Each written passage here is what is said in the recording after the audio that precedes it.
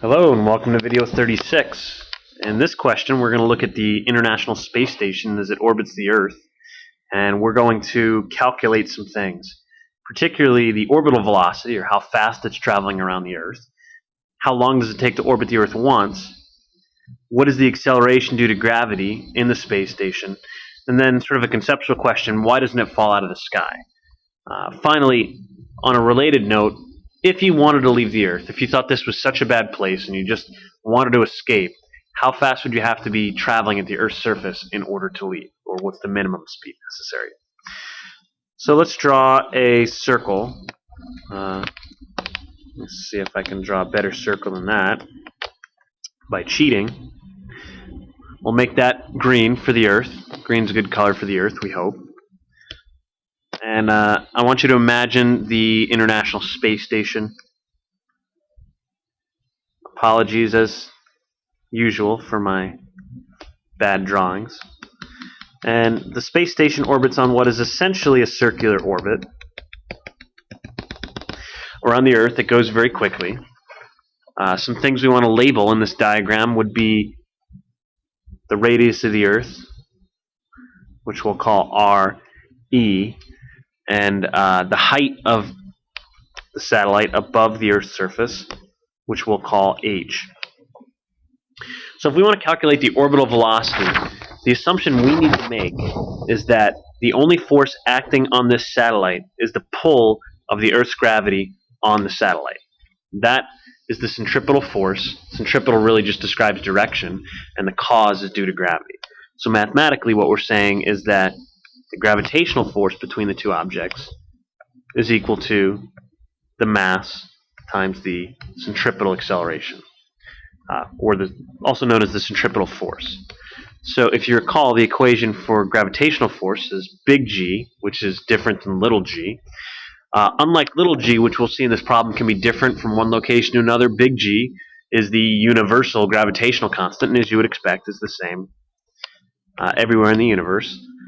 We have the mass of the Earth to consider. If I get my cursor back. Hello? Let me pause this. Sorry for the technical difficulties. We have the mass of the Earth to consider, the mass of the satellite, the distance between these two. Now, the distance in this formula is usually r, but don't get that confused with radius. R here is a distance, and the distance is going to be the radius of the Earth plus the height above the Earth's surface, because the distance you're considering when you calculate a gravitational force is the distance between the centers of mass, so between the center of the Earth and the satellite. Here it makes a fair difference, and this is going to be the mass of the satellite. Centripetal acceleration is v squared over r. Now this r is going to be the same r as over here. The distance to the center of the Earth is the same as the distance from the satellite to the center of the point about which it's rotating. Those are the same. This velocity is the orbital velocity or tangential velocity. So the satellite, we'll say, is orbiting this way. This is the tangential velocity or the orbital velocity. You break out the red pen, as you can see. Whoops, that shouldn't be squared. That's just r. This distance cancels out with the squared. The mass of the satellite actually has no bearing on the rotational speed or the period or any of those things for the satellite. And if we want to calculate the tangential or orbital velocity, I now take this and I just take the square root of both sides. So v is going to equal the square root of this other stuff. So g times the mass of the Earth divided by the radius of the Earth plus the height above the Earth's surface. And then we're going to take the square root of that. And that will give us our orbital speed.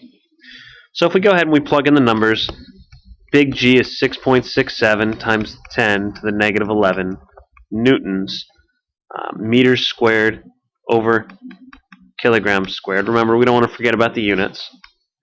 The mass of the Earth is 5.98 times 10 to the 24th kilograms. You can find that in a reference table or look it up. The radius of the Earth is 6.37 times 10 to the 6th meters, also known as 6,370 kilometers, plus the height above the Earth's surface, while much smaller than the distance to the center, does play a role, and that is going to be 350 kilometers, or 350,000 meters. Take the square root, and when you plug that in, you should get 7,704 meters per second. So the International Space Station goes around the Earth at 7,704 meters per second, which in miles per hour is 17,257 miles per hour. So it's going pretty quickly. At that speed, you would expect it to take how long to go around the Earth? Well, I have my suspicions. Actually, I know, but you should think about how long you think it's going to take, and then we'll go ahead and we'll calculate that. So, how long does it take to orbit once? We have a name for that. That's the period. So, if I want to calculate the period, it's worth noting that the tangential velocity v here is related to the angular velocity omega, or w, by the radius. So v equals omega r. We also know that omega, or angular velocity, is related to frequency. Frequency is number of revolutions per second. Angular velocity is a little bit different in that it's the rotational speed in radians. So for every one revolution, you go 2 pi radians. But we want the period. So angular velocity is also going to be related to the period. Frequency is the inverse of period, so omega, or w, is 2 pi over period. I'm then going to plug this into here. That gives us v equals 2 pi r over t. Now let's stop for a second, just think about this. This 2 pi r is known by another name. It's known as the circumference around a circle, around this orbit. T is the period, or the time to go around a circle once. So it makes sense that to get the tangential velocity, it's going to be the distance around a circle divided by the time to go around once. So that's consistent. Let's go ahead and rearrange this for period for t, and that's going to give us t equals 2 pi r over v. Let's plug in the numbers here. Worth noting that the r here is going to be the radius of the Earth plus the height above the surface. So let's not confuse the generic r with the radius of the Earth.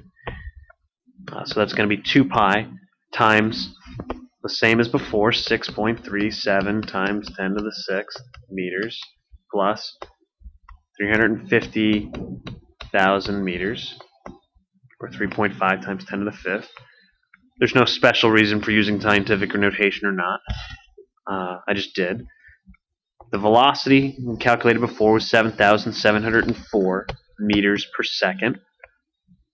When you plug all that in, you get a period that is 5,480.7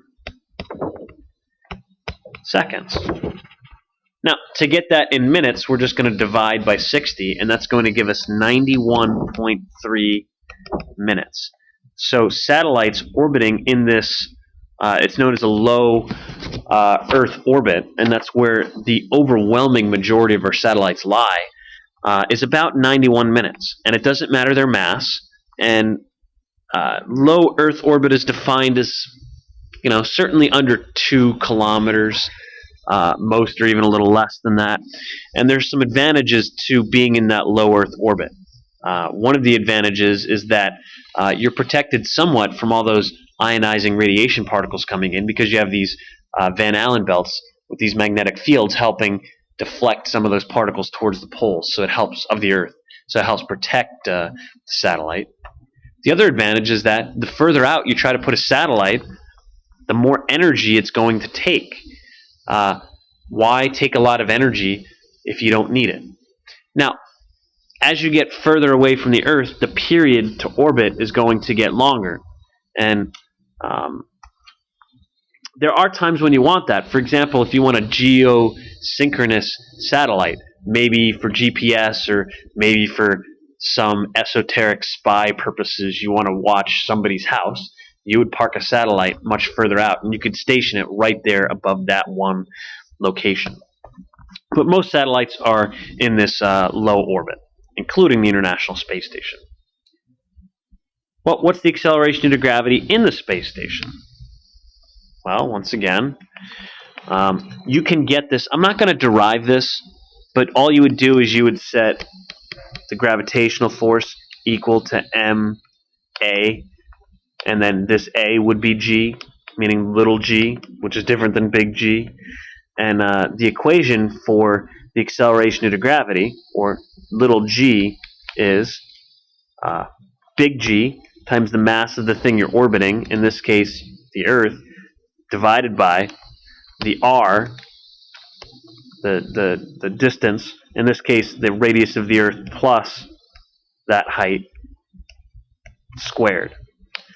So let's go ahead and plug in those numbers. We're going to take 6.67 times 10 to the negative 11 newtons meters squared per kilogram squared times the mass of the Earth, still 5.98 times 10 to the 24 kilograms, hasn't changed in the last 10 minutes or so, divided by the radius of the Earth, which is still 6.37 times 10 to the 6th meters, plus the height above the Earth's surface, which is 350 kilometers, or 350,000 meters squared.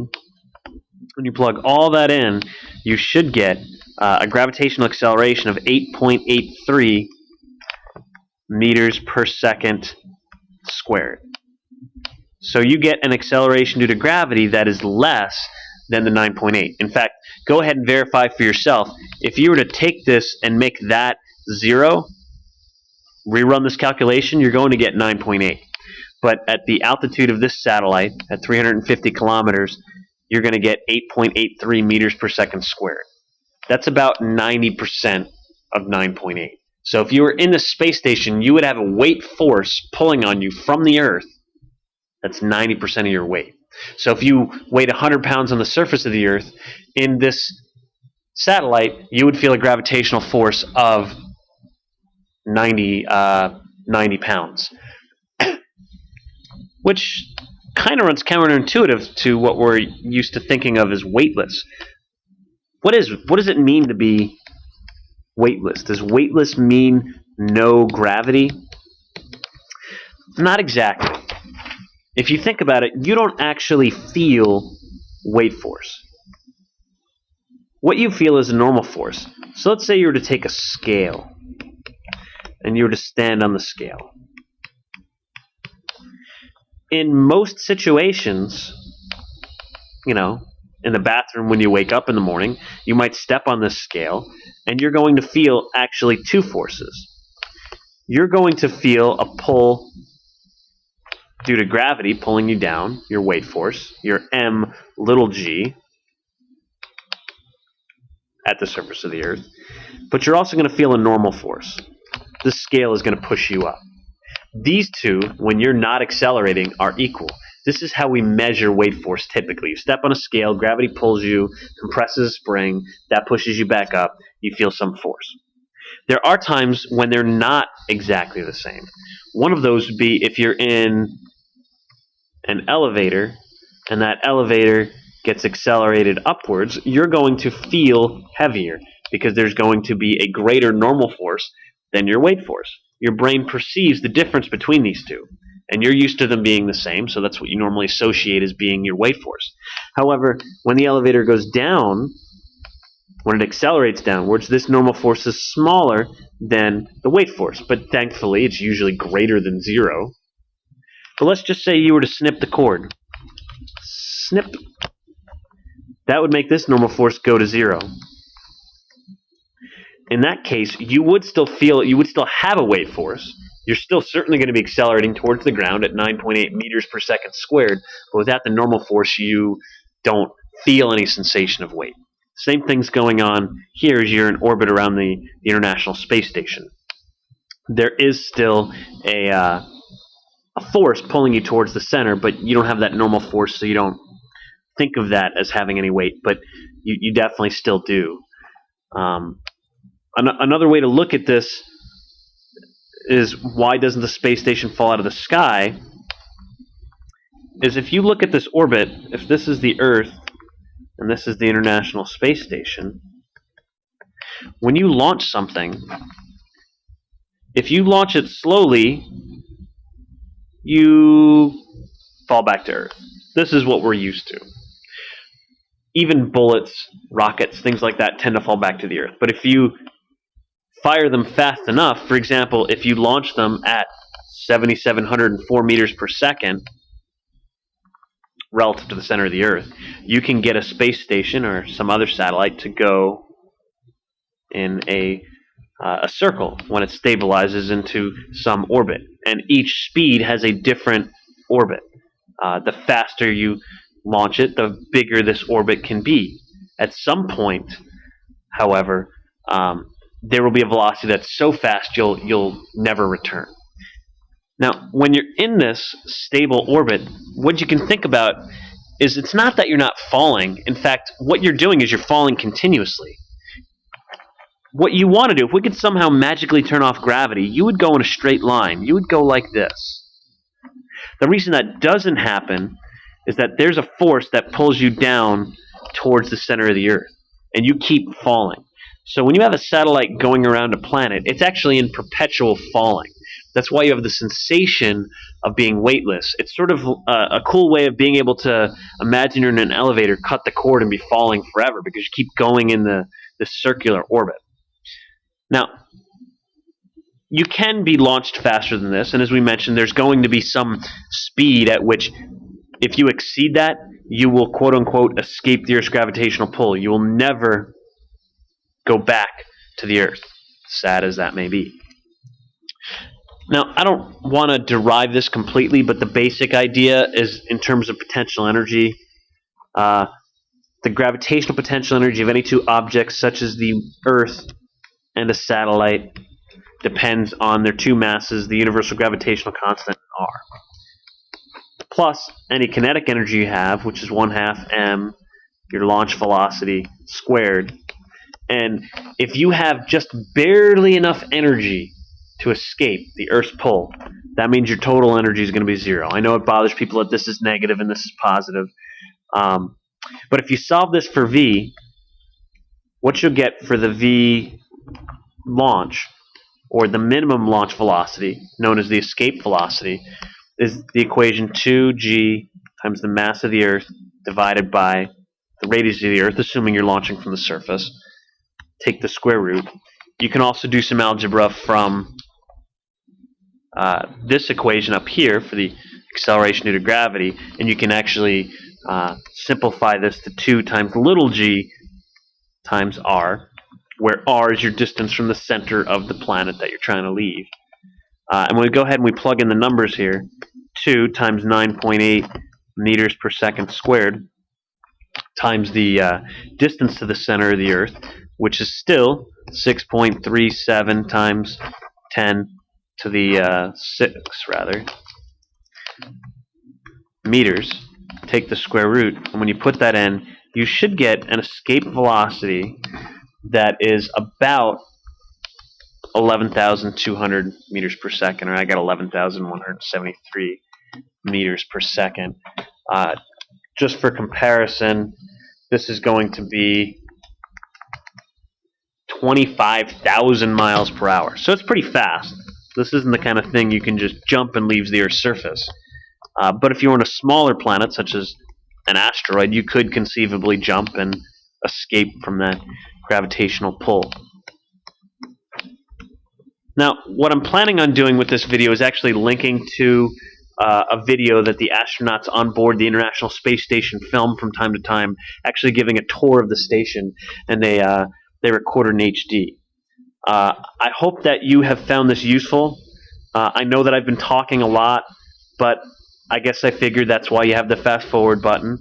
I hope this comes in handy, and I hope you appreciate all of the physics that goes into sending all these satellites up into space. Thanks for listening.